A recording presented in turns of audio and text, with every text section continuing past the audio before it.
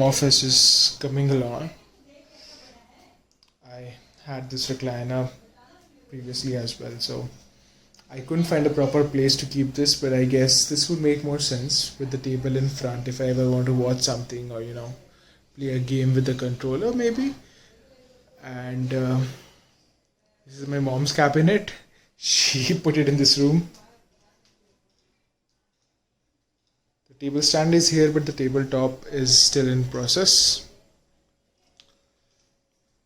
Initially I was confused where to put this, but I guess this makes more sense because I won't have any distraction in front of me with the white wall. A lot of light coming from the top of my left shoulder, which is ideal for writing, or I don't know, is the best way of putting focus light on yourself on the desk. And yeah, we have a outward scenery as well. Excited.